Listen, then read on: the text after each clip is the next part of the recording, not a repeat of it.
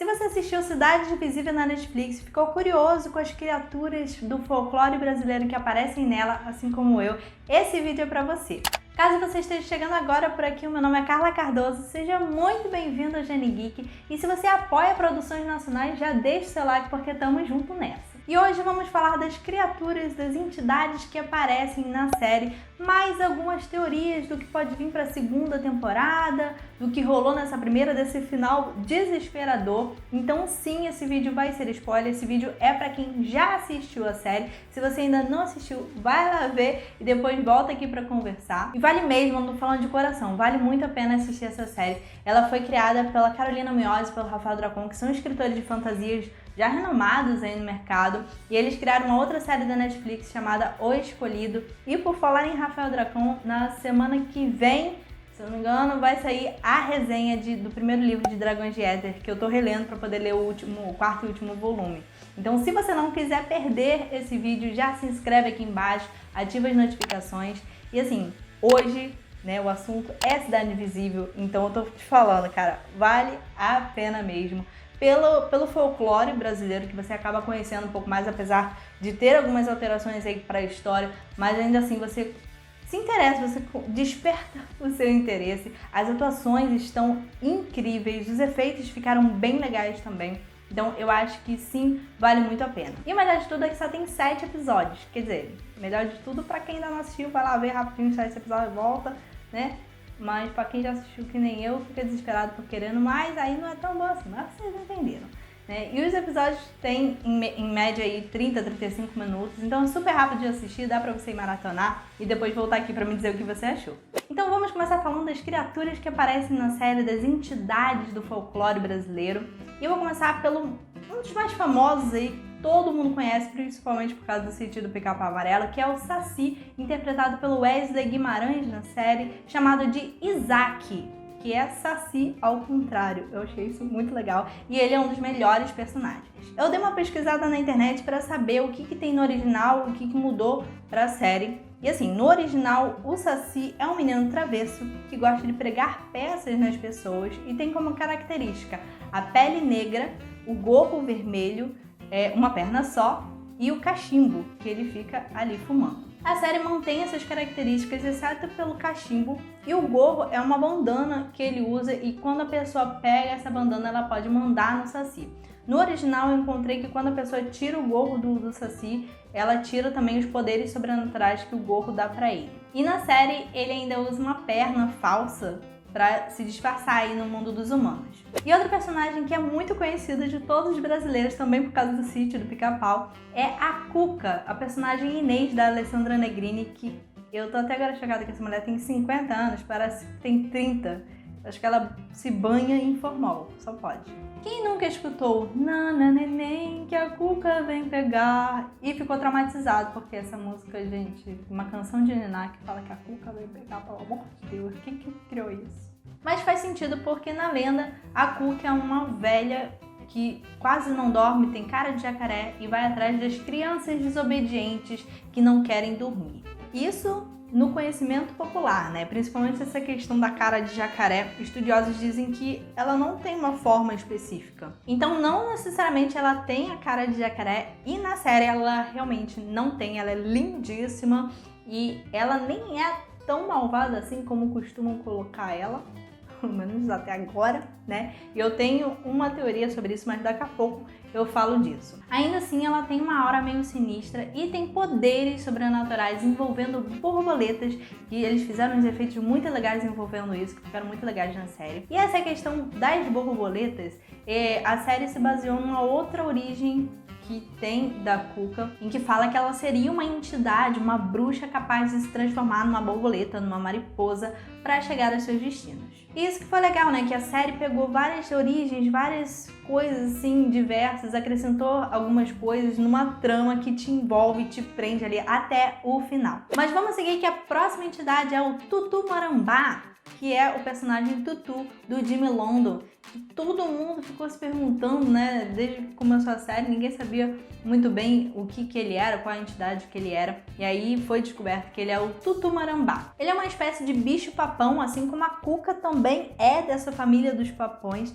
E ele é conhecido por atormentar as crianças na hora de dormir, por ser um devorador. Inclusive o nome dele, a origem do nome dele, significa comer. Na série ele é mostrado como um porco do mato, muita gente até acabou confundindo com um boitatá, mas não, ele é o Tutumarambá, que eu nunca nem tinha ouvido falar disso e foi muito bom conhecer. Seguindo então, vamos pro Boto Cor-de-Rosa, personagem Manaus do ator Vitor Sparapani. Na lenda, o Boto sai na forma de um lindo homem para seduzir mulheres e acasalar. Por isso que dizem que quando uma mulher fica grávida e o pai é desconhecido, dizem que a criança é filha do Boto. E olha, com um Boto desse, eu não vou julgar as mulheres que foram seduzidas não, tá? Porque olha, vou te contar um negócio, viu? E na série eles não mudaram isso, inclusive ele vai ter um papel super importante por ser o pai do Eric. E por falar em sedução... Por que eu tô falando essa mal aqui? Eu não sei. Mas vamos falar agora da Yara, a sereia Yara, que na série é chamada de Camila, interpretada pela Jéssica Cores. Ela é uma sereia que canta para seduzir os homens e afogá-los. Na série, o que muda é a origem, que aliás eu achei muito interessante eles colocarem a origem de todas as entidades aí, de como eles viraram o que são, porque todos eles eram humanos antes e foram transformados em entidades. E a Yara, ela foi transformada em sereia após o homem que ela amava ter matado ela afogada, e aí a natureza trouxe ela de volta como uma sereia que mata os homens. No original ela tinha inveja dos irmãos e aí os irmãos decidiram matar ela, só que ela mata antes dos irmãos e aí como punição para isso ela é afogada no rio e a natureza traz ela de volta como essa sereia. A série faz algumas alterações pontuais aí para encaixar na série, eu não vi problema nisso. O que muita gente está criticando a série é em relação à cultura indígena que é tão presente na série e não tem nenhum indígena na série. Sabe? Isso é uma coisa que realmente é problemática.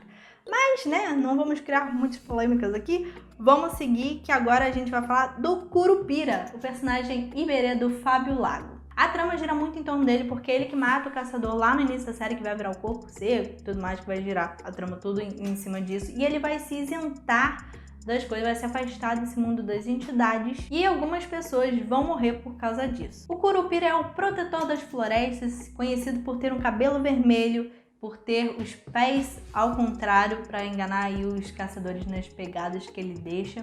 E na série ele é exatamente isso, com a diferença que ele tem um cabelo de fogo, literalmente, e ficou muito maneiro isso. Eu tô bem curiosa para saber o que vai acontecer com ele na segunda temporada, porque terminou com ele carregando o Eric ali no colo, talvez eles vão para o mundo deles, das entidades, eu não sei o que vai acontecer, mas agora que ele tá de volta, né, ele deve estar mais presente no formato original dele, de Curupira, e não na cadeira de rodas. Então eu tô bem curiosa para saber o que eles vão fazer com o Curupira na segunda temporada, porque eu sei que vai ter. E a última entidade colocada na série é o Corpo Seco, que eu nunca tinha ouvido nem falar. É interpretado aí pelo Eduardo Chagas, no personagem do caçador Antunes. Ele é meio que o vilão dessa temporada, e o Corpo Seco é uma pessoa que foi muito, muito ruim, tão ruim em vida, que quando morre, a terra não quer, o paraíso não quer, o inferno não quer, ninguém quer a alma desse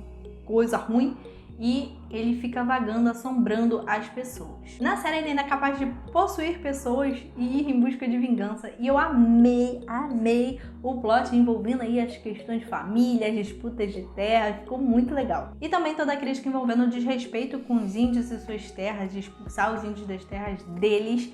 E assim, eu acho que é uma crítica super necessária, né? Ainda mais hoje em dia. E como falta ainda muitas criaturas folclóricas, como o boitatá, mula sem cabeça, caipora, as pessoas começaram a jogar as teorias aí do que pode acontecer, porque a série realmente deixou muitas perguntas e poucas respostas. E, se eu não me engano, o diretor que falou que tem aí mais de 300 entidades que podem ser colocadas, então não falta história.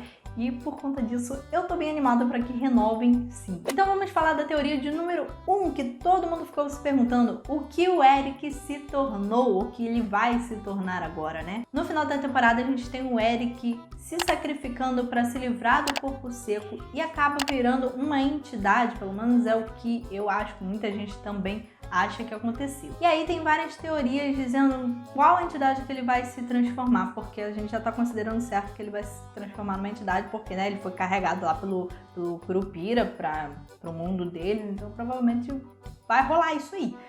Eu acredito que seja o Boto, tá? Porque ele é filho do Boto, o Manaus já morreu, então eu acho que ele vai tomar o lugar do pai. Mas muita gente acredita que ele possa ser o Caipora pela amizade com o Curupira, o lobisomem, ou talvez um híbrido de alguma coisa. Só o tempo vai nos dizer, né? Se a Netflix renovar essa série, por favor, precisamos de resposta. A Netflix renova isso aí. E por falar em precisar de resposta, a próxima teoria é uma coisa que eu não consigo me decidir, que eu fico com mais pergunta do que resposta, eu não sei no que acreditar, em qual teoria acreditar, porque, sério, tem muitas possibilidades, que é em relação a Gabriela, né? Muita gente acredita que a Gabriela possa ser também uma entidade, ou filha de uma entidade, assim como Eric. Porque como ela foi a única humana morta pelo corpo seco, as pessoas estão se questionando, será que o corpo seco só matava a entidade? Será que ele podia matar humanos também? Será que a Gabriela, então, era uma entidade? Então ficou aí essa questão. E eu fico assim, cara, pode ser que ela fosse uma entidade, mas pode ser que ela foi a única humana ali no caminho do corpo seco. Talvez, não sei. Não lembro se teve algum outro humano que possa ter sido morto pelo corpo seco nessa jornada dele. E ela também sabia muita coisa sobre o folclore, né? Sobre as mitologias ali da região. Então muita gente acredita que por ela também defender a floresta, ela possa ser aí o Boitatá. Não sei. Mas eu acredito mais na teoria que ela possa ser a Vitória Régia, né? Que eu dei uma pesquisada na internet e a história da Vitória Régia é que ela era uma índia que ficou apaixonada pela lua, que era o Jaci. E aí viu o reflexo dele na água, foi beijar e morreu afogada. E aí virou a Vitória Régia. Eu acredito que na série seja alguma coisa nesse sentido, porque a filha dela se chama Luna. Esse é o único indício que eu acredito nisso. Mas enfim, né? Pode ser uma viagem louca aqui da minha cabeça. Mas eu vi gente comentando isso também, tá? Então não tô sozinha, não. Tem uma outra teoria sobre isso, que é em relação a ela ter virado uma entidade depois que ela foi morta pelo corpo seco. Por quê? Como todas as entidades foram mostradas que elas eram humanas antes de virarem entidades, né? Sofreram alguma injustiça, alguma coisa nesse sentido, e aí viraram entidades pela força da natureza, alguma coisa, né, sobrenatural. E aí, a Gabriela, ela é a única humana morta pelo corpo seco. Então ela, não deveria ter morrido ali. E aí pode ser que o sobrenatural, a natureza ali, tenha transformado ela em alguma entidade depois que ela foi morta. Então eu gosto dessa teoria. E uma coisa curiosa também é em relação ao colar. Eu vim aqui até com um colar diferente do que eu costumo usar nos vídeos, que é o colar da Luna. E esse aqui é o chamado Muiractã, que é um colar de proteção que a Gabriela dá pra Luna. E assim, talvez ela soubesse de mais coisas do que mostra na série. Talvez ela estivesse aí já protegendo a filha de alguma coisa que ela sabia que ia acontecer por ela ter sangue de entidade ou não sei. Outra coisa que eu li que eu acho que é muito provável de ser isso, né, é que as pessoas mortas pelo corpo seco, elas são transportadas para um outro plano e ficam ali vagando até que os seus negócios inacabados sejam concluídos. No caso da Gabriela, eu acho que seja em relação à família dela e em relação à Vila Toré. Então, eu acredito que ela vai estar presente ainda na segunda temporada. Não sei de que forma ainda, se vai revelar se ela é entidade, se ela é meio entidade, se ela não é nada, se ela só tá, nesse plano porque foi morta pelo corpo seco. Então, eu não sei, mas eu acredito que ela vai aparecer mesmo que em flashbacks aí na segunda temporada. Bastante, inclusive. Teoria de número 3 é sobre a Luna. O que é a Luna? Quem é a Luna? Isso aqui depende das outras teorias, né? Se a Gabriela é entidade, se não é, se o Eric vai virar uma entidade.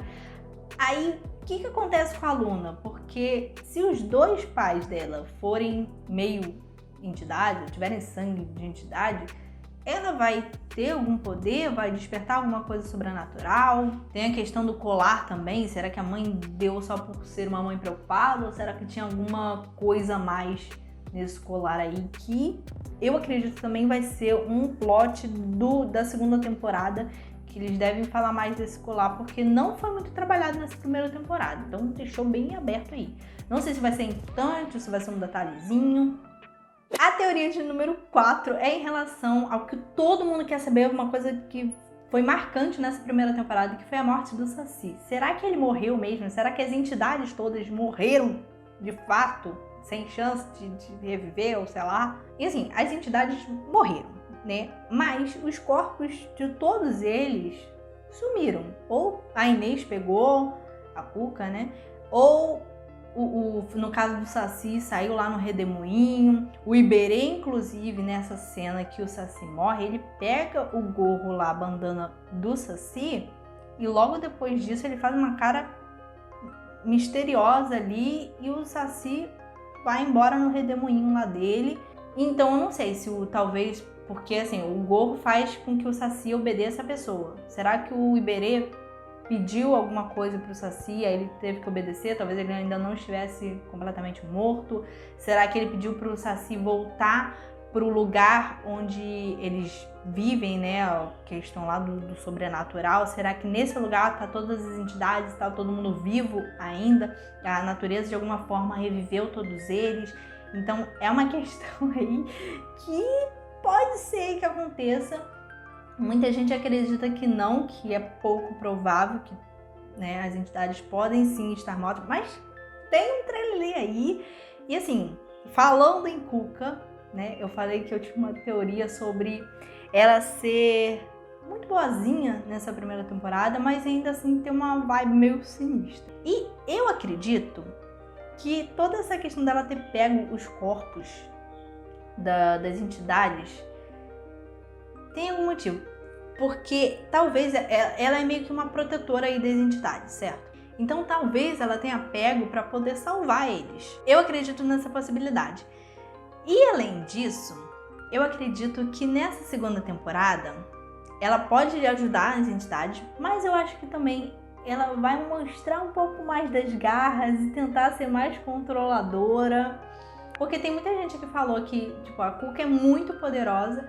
E ela poderia ter feito, né, ter tomado algumas atitudes para impedir o Corpo Seco de, por exemplo, matar o Saci, de cometer alguns assassinatos. Então a gente fica nessa questão, né? Será que ela não podia? Será que ela não quis? Será que ela teve motivo para não agir em tais momentos? Então fica essa questão aí. Eu acho que ela tem um plano, talvez, não sei, na segunda temporada. Por isso que a Netflix, pelo amor de Deus, tá? Renova essa temporada, renova essa série, porque a gente precisa de respostas. E assim, a gente sempre vê a Cuca num papel meio que de vilã. Até acho que na série mesmo as criaturas têm um certo medo dela, não querem ficar próximo dela.